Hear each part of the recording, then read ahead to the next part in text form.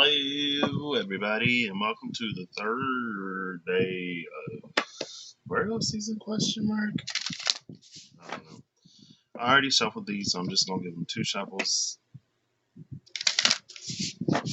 Literally just shuffled these up, and we're just gonna pick today. Two, I guess.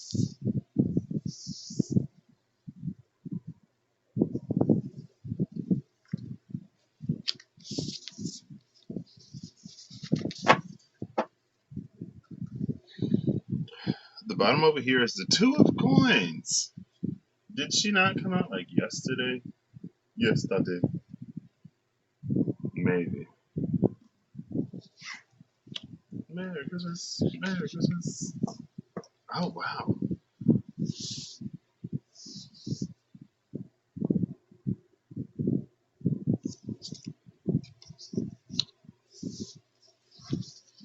It was Christmas in my world yesterday, and it was a good one. And then we have the Chariot over here. 12 points in the Chariot. Interesting. Now, I want to do the same over here, and so it's not going to match up exactly, but that's fine.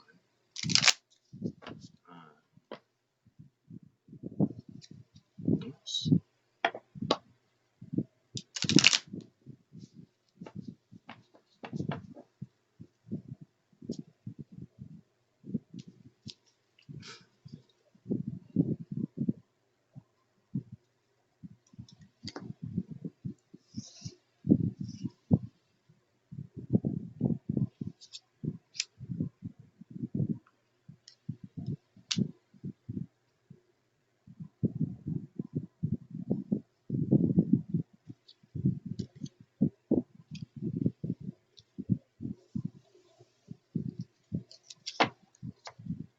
And then we have the Nine of Cups over here for the Two of Coins, which I can see. Well, let's set this over here for now. I don't want to take it off the table. Okay, we'll just set this here for now.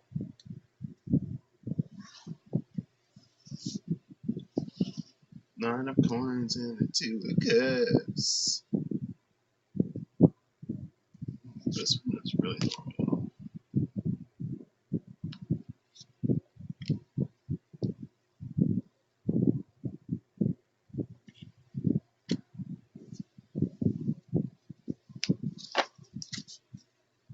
And then we have the Ace of Wands.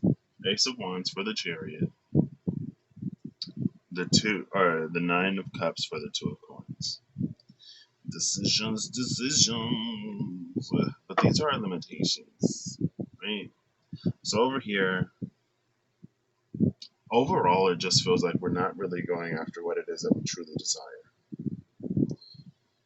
Because when it comes to the Two of Pentacles, then it's like, well, the medicine is the Nine of Cups. What is it that you really want? And then when it comes to maybe not moving forward or moving forward on the wrong things, it's like, well, what is it that you're actually passionate about? It's like, not this. It's like, then why? It sounds like you already know what the problem is. What is that? I think I've only heard it in a commercial, but it's like, you should go your own way or something like that. You should go your own way. I don't know if that's how it goes, but that's what just popped into me. So let's start over here. The card that came out is the Hermit. So this is isolationism. This is sticking to the self. This is maybe we are going inside. I'm honestly really hoping that it's a message that I haven't been talking about for the past 3 days. But if it is, then I'll reiterate it. It's fine. I don't think it is, though. It feels like maybe we are going inside, but we are getting stuck with this Hermit card. And there's something here about balance with the Two of Pentacles. It's not really juggling in this deck either, but it does sort of bring our priorities into question. And so it's a need to reprioritize. But maybe we're not present enough. Maybe we go, it's like we're stuck somewhere. Like we keep hitting a wall. And then maybe that's why the medicine is the Nine of Cups. It's like, what is it that you actually want? Right? It's almost that, like, if you could have anything, what would you wish for type energy? Because then it's like, well, are you doing anything in real life to get you closer to that? Are you doing anything remotely connected to that? Like, no, like, why not? But that's what it's feeling like. It's feeling like, because if this is the limitation, or maybe this hasn't been done, but I feel like it has. I feel like it's like we've gone inside, we've done some work, but maybe we overlooked something that it's either we overlooked something that we need, or we got stuck on the inside. The Hermit could also be a studious energy, and so maybe we're looking too much at theory, um, and not enough. We're not putting enough into practice. We're not doing enough. We're not doing physically, mentally, or spiritually what it is that it's like we're not putting any of this into practice. We're just like holding on to information at this point. First card. Wait, this was the last one. This is what let's do. So first we have the Six of Wands. So maybe the first part is to realize, hey, oh my gosh, I found something in here. The Six of Wands is victory after the Five of Wands battle. And it's also recognition after the Five of Wands battle, right?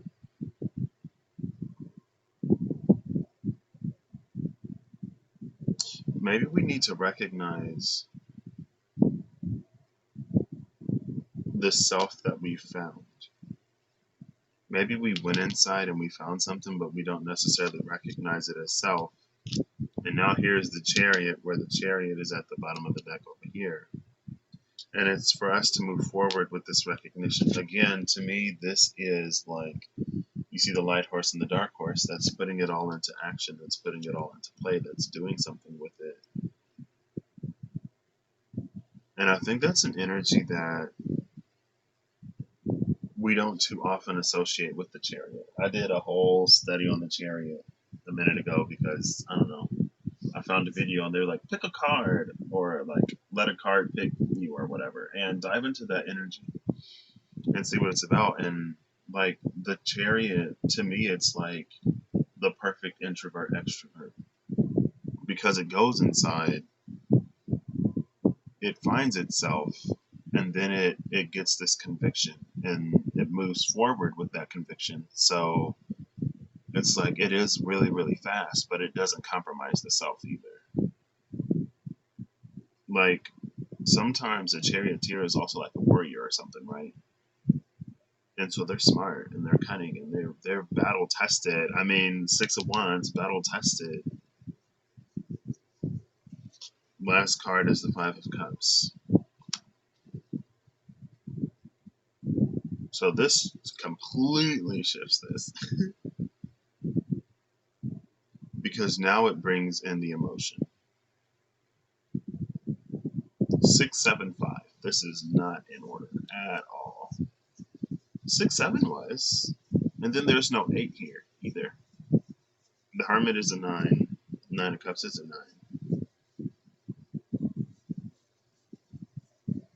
So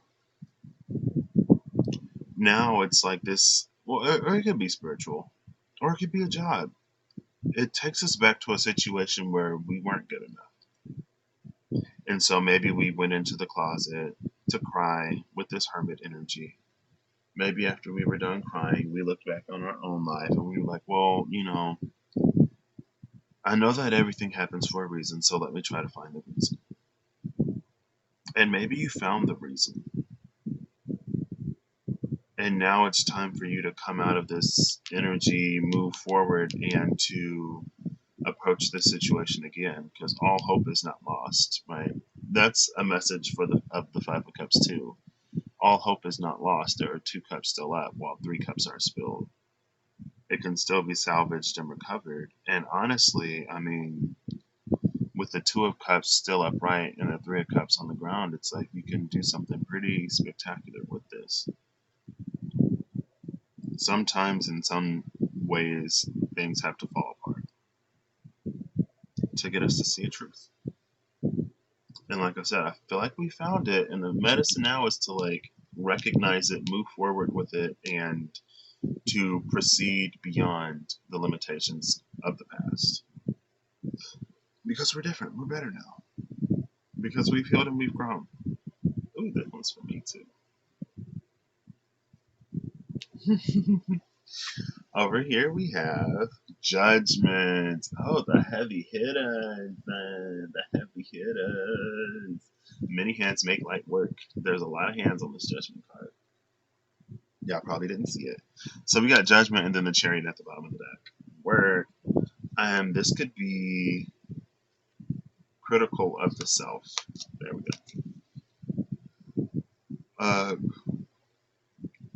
I mean, I love both of these energies. But on this side, maybe this is us like overly blaming ourselves for something. With judgment, maybe this is us overly blaming other people. So it's kind of sort of the same situation, but 2 sides of it, 2 different sides of it. We got the side self-heavy, and then we got the side that's others-heavy. And then when you're constantly blubbing, when you're constantly blaming other people, and you never see the part that you play, it makes it harder to see the areas in which you can grow. And that's what a lot of stuff is. It's opportunities for growth. First card for the medicine is the 6 of Pentacles. That means take equal share. Whether this is self-judgment or judging others, it's about bringing it into balance. It's about finding your role. And when you find your role in the situation, it balances the other side. Also, it could be about, I just lost it, but we'll see if it comes back. Oh, it's gone, ready to go. The lesson.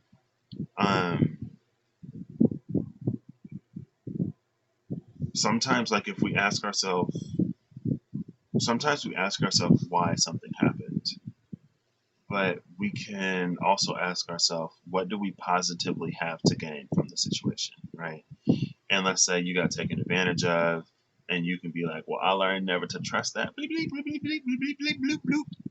And it's like, that's not the point, right? It's like, you could say, I learned that I need to establish healthy boundaries. Boom, right? This situation is teaching me that I need to go after the things that I want, and that a closed mouth doesn't get fed, right? And so I don't have to beat myself up because I missed out on this opportunity that was clearly for me because I didn't take it. It is my lesson now to take the opportunities when they come, to speak what I want, to speak my truth, and to be heard. Because if I'm not heard, I get overlooked, right? Why is it that no one ever sees me? Well, do you ever speak? Because I feel like this may come back again. Honestly, I've been feeling that energy lately whenever it comes to situations and blockages of the past. It's for us to learn from them so that when they come back, maybe even in a different form, we won't make the same mistake twice. But we have to see the mistake that we made in order to not make it again. And again, it's not about blaming the self, it's about seeing it so we can move forward in a way that gets us to what is next ours and for us. Then we have judgment. So judgment, clarifying judgment. This time it's karma though, instead of judgment. And so this is really about wrapping up old cycles.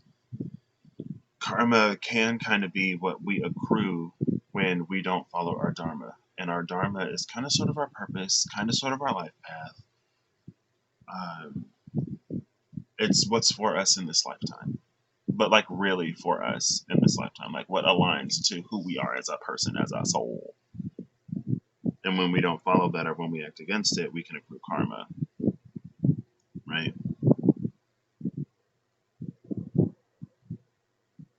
Also, I feel like this is saying that maybe it's also for us to learn lenience and learn to not be so harsh. Because if we give grace, then we get grace. So maybe also we need to give ourselves grace, right? Maybe that's another thing we need to learn. Because, I mean, karma kind of sort of is like, people say it's like bad people get what bad people deserve. But really, it's kind of sort of the teacher, right? If nothing bad ever happened, then we wouldn't really know that, hey, when I do bad stuff happens. So maybe I shouldn't do bad stuff. And it's kind of sort of what's broken in a lot of systems, at least in this country, in America right now. It's that we do these things that kind of sort of a very general we do these things that really violate the health, happiness, lives, and the pursuit of happiness. I already said happiness, so that was a weird way to try to work that back in. The life, liberty, and pursuit of happiness of others. And since systemically nothing happens, we kind of sort of do it more. And then hatred kind of becomes this not a game, but the way we trespass and transgress against each other historically and how it is disproportionately punished or rewarded really, really, really screwed up the game. For a lot of people, like mentally, emotionally, spiritually, some people are like just spiritually dead in certain areas because it's 2020 and they still don't see some people as people. I mean, the year is no excuse. It should have never gotten to this point. But again, things have been so off centered and off kilter that it just completely screwed stuff up. And so maybe that's one reason why it feels like we have so much to work through right now. It's like, why is there so much? Why are things so difficult? Why is it so hard?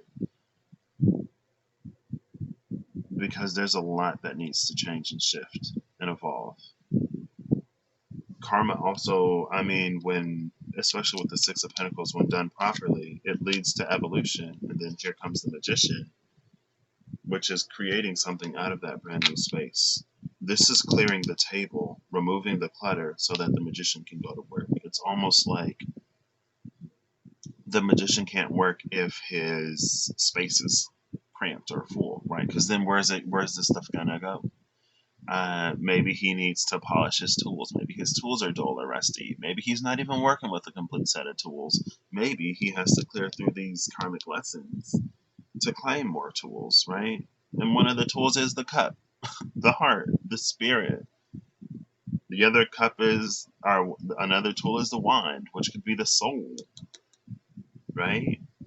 And that's kind of sort of what a passion could be. It could be these like genuine soul interests that beg to be expressed. And when we operate in that, it puts us in this state of flow because it's a state of connectedness. So the heart and the soul, I mean, sure, we got pentacles and we got swords, but what are you gonna do with coins and swords? Let's bring some magic and some fluidity to the table. Because with water, that's when we get to really tap into that space of evolution because everything is constantly flowing and moving. And with the wand, it's something that can really like carry life, right? It's like air is what sustains the fire, but if all you got is air and you ain't got no spark, then the engine doesn't get going. So let's clarify this. Let's leave it out with a universe has your back message. It's almost the 20th minute. I'm trying to keep these shorter now. Because I'm also learning boundaries and I need to set for myself like energetic boundaries, which sometimes means not going on like hours at a time and not really getting anything back from them.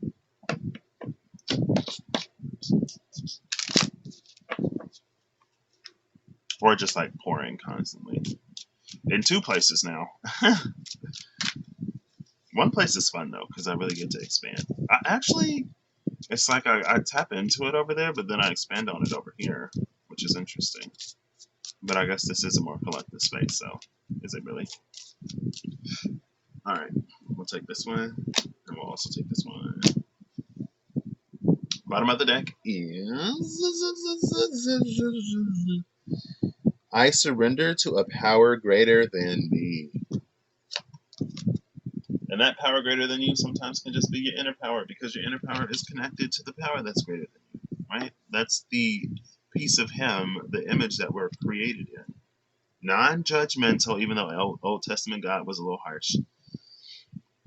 But that's why Jesus came, to mellow them out, right? Jesus came to earth to be like, it is a little rough down there, and they do kind of sort of deserve a break. A little bit, you know? And then He mellowed out. He was like, okay, you know what? You're right. I didn't know it was that difficult down there. When you're born into a land of darkness. This card says, the universe has my back. This is the universe has your back card deck. I've never seen this before. The universe, God, spirit, angels, your team, your crew, it has your back. And then the next one is, instead of praying for an outcome, I pray for the highest good for all. This came out again. And so maybe, again, that's to sort of clarify this. Instead of like, especially if this is a space of judgment, instead of praying that someone else gets their karma, um, when you pray for the highest good of all, it, instead of just opening up that person to a door of suffering, it opens them up to doors of learning so that they don't continue to inflict that suffering upon other people, right? And it's like, what actually matters? Does it matter that bad things happen to bad people, or does it matter that bad people will become less bad, quote unquote, right? Because a lot of it is subjective. Because, you know, like hurt people hurt people. And so if there's a hurt person hurting people because they're hurt, what good will more hurt do to that person, but then cause them to hurt even more people, or to hurt people to a more severe degree,